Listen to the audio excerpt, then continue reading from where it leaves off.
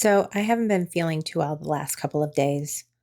While laying in bed yesterday, not up for doing anything, I found myself scrolling on Instagram. Shocker, I know. I came across a reel from one of the influencers that I follow. She's got this energy that I can only describe as compassionately aggressive. She's very open and blunt about everything, but in a way that says she cares. It works for her. Anyway, she said something along the lines of if she hears one more person talk about being authentic, she was going to throw her phone across the room. That got my attention because how many times do I sit here talking about being authentic? Authentic, authenticity. It's basically the name of the whole podcast. And so now I have to ask myself the question she was probably lobbing at everyone who sounds like me. Do I actually know what it means? Or have I just been repeating it so often that I've stopped thinking about what it actually asks of me?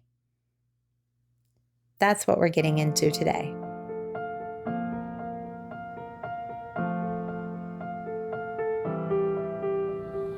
Welcome to Being Human on Purpose. I'm your host, Sara, and I'm really glad you're here.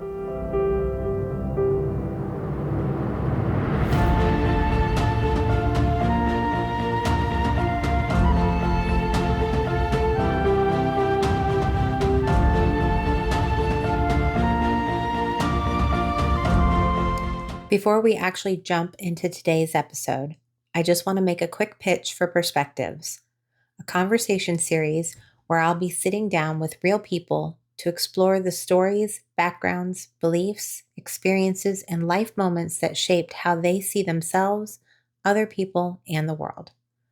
This isn't about having a perfect story. It's not about being an expert. And it's definitely not about turning your life into some polished little motivational package with a bow on top. Because let's be honest, humans are not gift baskets. It's about honest conversation, the kind that helps us understand each other a little better. So if you have a lived experience, a perspective, a turning point, a story that might help someone feel less alone or help someone else see humanity a little differently, I'd love to hear from you. You can apply to be a featured guest on the Perspective series by visiting beinghumanonpurpose.com. You can also find a link in the show notes. Who knows? Your story might be the one someone else needs to hear. All right, that's that. On with the show. Here's the thing about words that catch on. They start out meaning something real, something earned, and then they get picked up, passed around, put on t-shirts, dropped into captions underneath ring light selfies, and somewhere between the original meaning and the 10th branded mug, they get hollowed out. Authentic is having that moment right now. Same thing happened to vulnerable.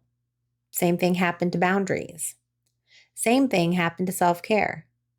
At some point, you can't say any of these words without someone rolling their eyes. And honestly, that's fair. Right now, a lot of people are using authenticity to mean something it doesn't actually mean. I've been mulling this over in my head quite a bit since I watched that reel. I don't want to be the person who's like, no, it's still a good word. I promise. That's annoying. But I also don't want to abandon a word that points to something real just because people have been misusing it.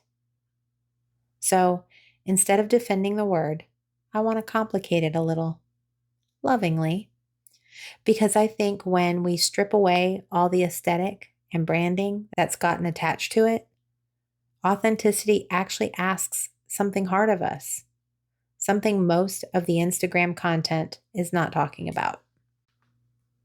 The thing I keep coming back to is this: real and authentic are not the same thing. Real is what's present. Authentic is what's aligned. Let me say that again because I think it matters.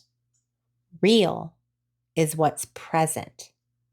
Authentic is what is aligned. Your anger might be real. Your defensiveness might be real. Your urge to shut down or lash out or overshare or prove your point. All of that might be completely real, but is it aligned? Is it aligned with your values, with who you are becoming, with how you actually want to show up?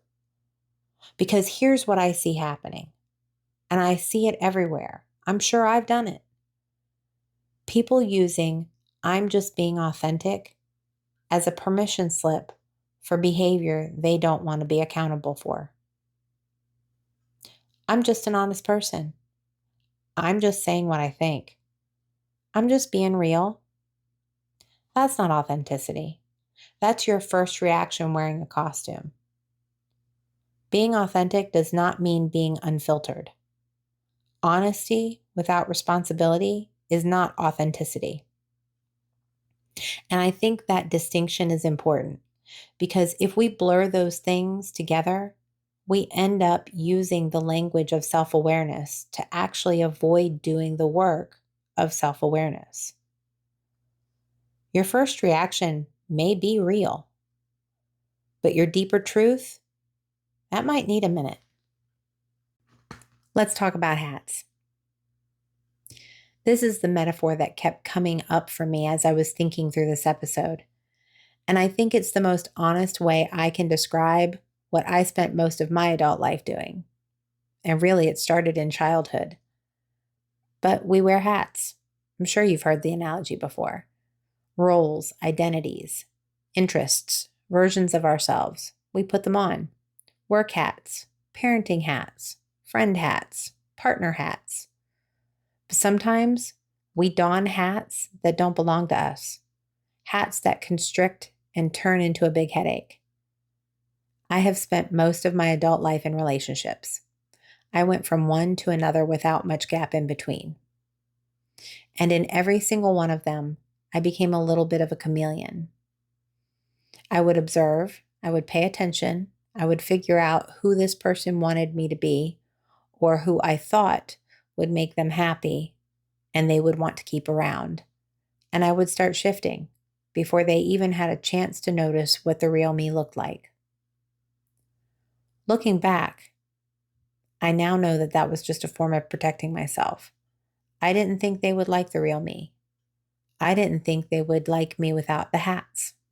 So I convinced myself I liked certain activities, or movies, or cars, or music, because that's what they liked. I didn't always feel this way, but I don't blame any of those people anymore. Not one of them handed me a hat and said, "You have to wear this."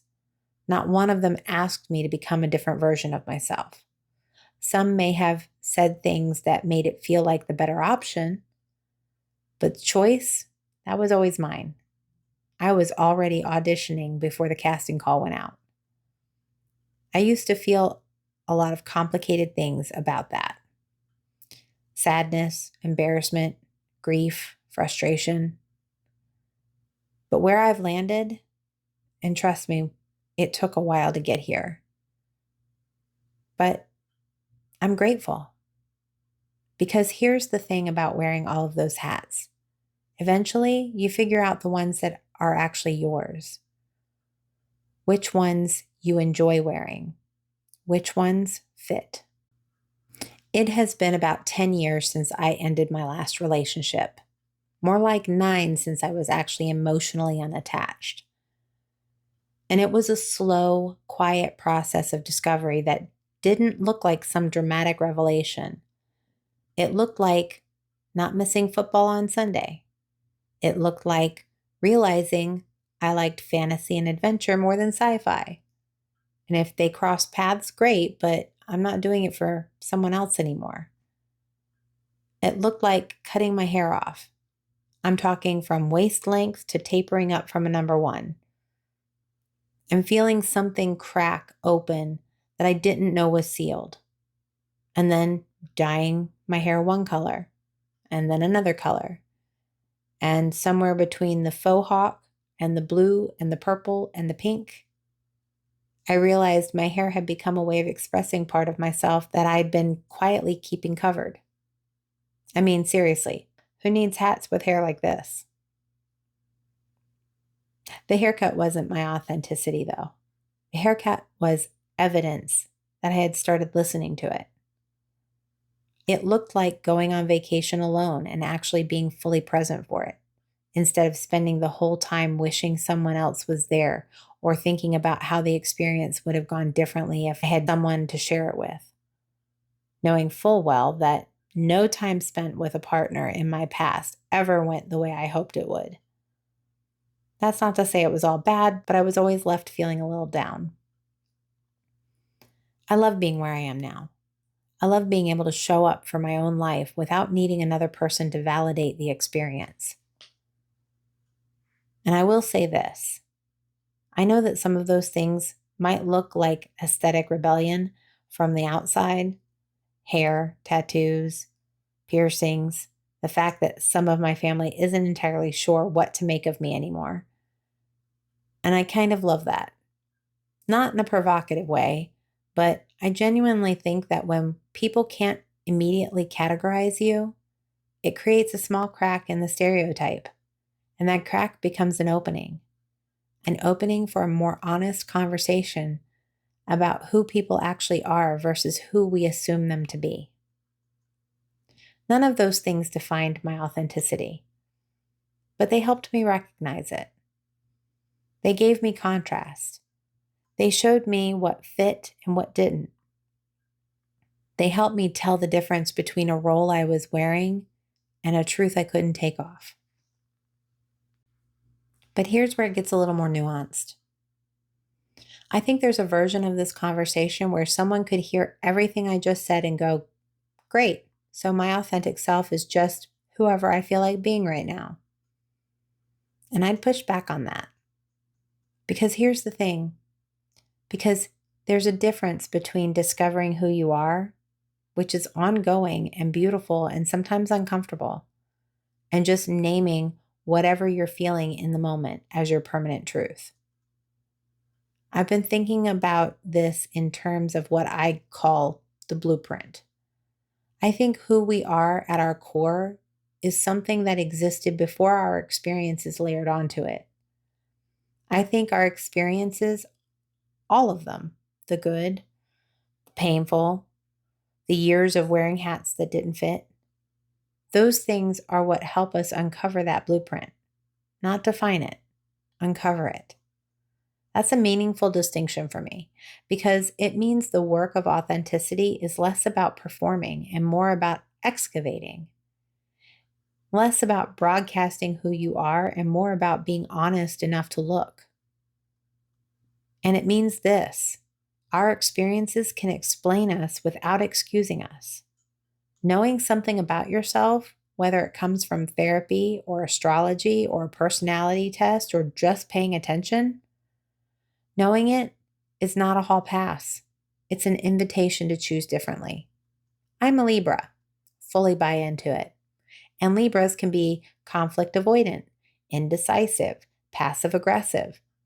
And I see all of that in myself. But knowing that doesn't mean I get to use it as a reason. It means now I have the knowledge. And now I have a choice.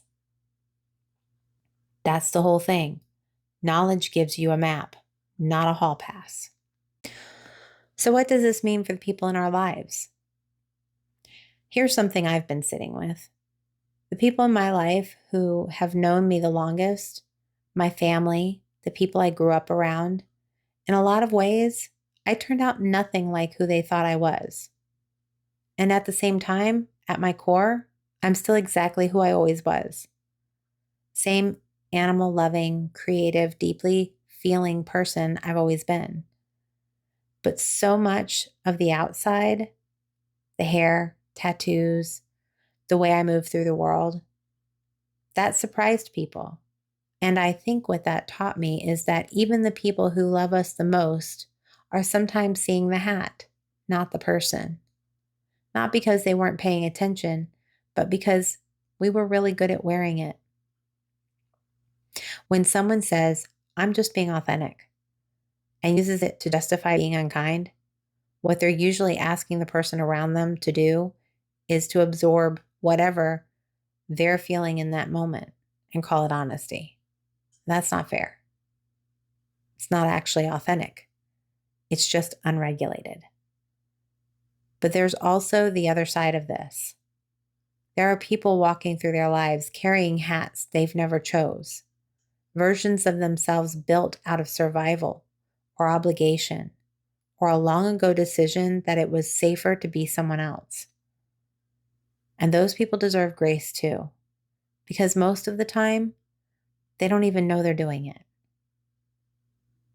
What I hope this episode does for you, wherever you are, is create a little bit of space to ask, where am I performing right now? Not to shame yourself into stopping, just to notice, because that noticing, that's where it starts. We don't rewrite our history to heal from it. We remember it honestly, enough that it can actually teach us something. And then we get to choose what we do next. When I was a kid, I was terrified of roller coasters. I had one experience when I was maybe 5 or 6 and just built up this horror story around it. I wouldn't get on them or anything like them. And then when I was 18, I decided that I wasn't going to die, I wasn't going to get sick, that I'd be fine. And if I got off and I hated it, I'd never do it again. I loved them. Still do. Don't necessarily like the lines that you have to wait in sometimes, but I also don't watch scary movies anymore. Not because I can't handle it, but because I've tried it enough times to know I don't like the way that specific feeling sits in my body. And I don't have to keep pretending I do. Both of those things are authenticity. Sometimes it looks like trying the thing you've been avoiding, and sometimes it looks like admitting you never have to do it again. The question isn't, who am I supposed to be? The question is, am I willing to stop pretending long enough to find out? And if the answer is yes, even a scared, uncertain yes, you don't have to know everything. You just have to take off one hat, notice what's underneath, and choose again. Thanks for joining me today. I know everyone is tired of hearing podcasters ask this, and honestly, I get it. But if something in today's episode hit home for you, if it made you think or made you feel a little less alone in something you've been carrying, I'd love it if you'd share it. Leave a comment, leave a review, like, subscribe, do all the things they tell you to do. Not for the algorithm. Okay, well, maybe a little for the algorithm, but mostly because this whole thing only works if it reaches the people who actually need it. And I really do believe that there's someone out there who needed to hear this today. Until next time, be a little more human, a little more on purpose. All my love.